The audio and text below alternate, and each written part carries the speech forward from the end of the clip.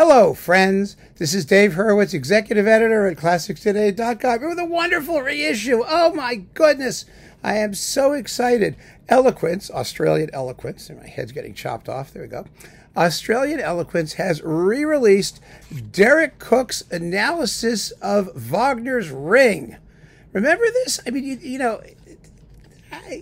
do you remember the days, I mean, I do, and I'm sure a lot of you do too, when record labels actually cared about their audiences and tried to sell things and tried to educate people and to do it in a genial way, pleasant way.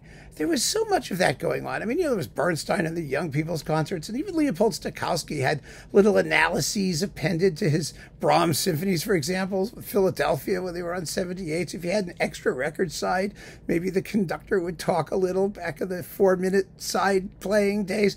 I mean, there was so much of this stuff going on. And it not only sold the product, but it got people to really enjoy it and get into it. And it worked. I mean, it really worked. Hopefully this really works. That's why I'm trying to do this. It really helps. There's no question about it. I mean, you can say as much as you want, well, you just sit there and listen to it and that's it. And yes, that's true. It's true up to a point. It's true if you believe in yourself, if you believe that you have all the equipment that you need to enjoy the classics. And you do. I believe that absolutely. But it takes some convincing sometimes. Quite often. I remember, Esa-Pekka Salonen was doing the Turangalila Symphony in New York, and he gave a rather lame couple-minute discussion of the Turangalila Symphony, trying to, help people. And even though it wasn't very good, and he didn't seem terribly comfortable doing it, it helped. There's no question that it helped, that it was appreciated. And that's so much of it is just that. Audiences like to know that they made a good decision, that the people who are performing or the people who are making the product and selling it are grateful, that they care, that it matters. All of those basic things which have gone completely out the window today. I mean, it's just, record labels, they have no clue what they're selling or how to sell it or what to do. And this thing, which was released in association with Solti's Ring in 2024, 2012, whatever, when did they do this? Let me find the date here. Was one of the real, it was the 60s, the early 60s probably. But it was one of the last great efforts in connection with one of the great recordings of the history of mankind, the Solti Ring. And, Cyrus Mayer Homji, wonderfully in Australia, decided to re-release this thing. Okay, so the recording location was, it's also coupled, by the way, with the Siegfried Idyll and the Kinderkatechismus, about which more anon, and 1965. Okay. So 1965, and this, you get the whole original booklet. I mean, it's tiny, but you get a whole huge note on all of the music, plus all the musical examples. Oh, yes, so you can listen to the talk and follow along as the examples are played. And it is absolutely, totally fabulous. I mean, it's a very good analysis, first of all. I mean, certainly Cooke knew what he was talking about. It immeasurably enhances your enjoyment of the ring itself.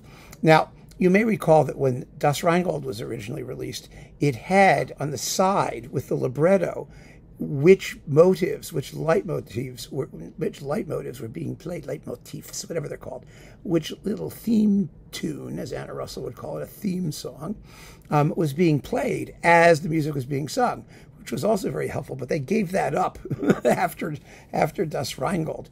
And this thing came out, and I bought it immediately. It wasn't by that time I sort of knew the ring and kind of knew what was going on, but even then, even for people who really know it, the discussion of the thematic transformations that Wagner does, of, for example, the basic nature motive, which is the motive of the Rhine. It's a simple arpeggio, and how this becomes, Erda and all this other stuff, is absolutely amazing. It's fascinating. And how Wagner combines motives. This is at the beginning of the prelude to Act 3 of Siegfried, where you have the riding motive, and you have the Twilight of the Gods motive, and you have the upward thrusting nature motive, and you have the magic fire thing. And I mean, it's all in there. And it's just phenomenal how Wagner did it, number one, and how well you can hear it once you know what you're listening to.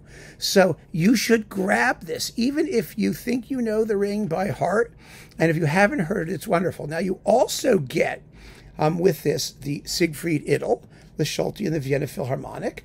It lasts 18 minutes and 20 seconds, which I believe is about 2 minutes longer than it has any right to. But it's lovely. I mean, who's going to care?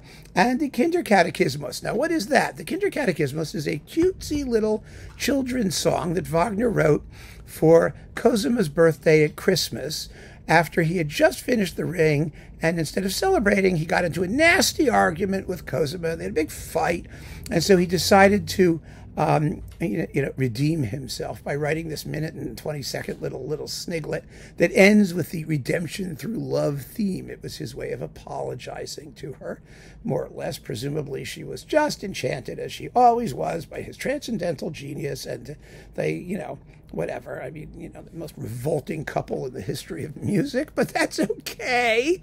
We don't care, because we get exactly what was originally released by Decca, and gosh, it was terrific, and it still is. And it's a tribute to Deryck Cooke, and to a day when, like I said, when these things mattered so much that the industry itself felt obliged to assist its audience in coming to terms with big, complicated works that were nonetheless worth every second that you invest in listening to them. I mean, what a novel concept, isn't it? Really. So grab it. Just grab it and enjoy it. And keep on listening, friends. Thanks for joining me. Take care.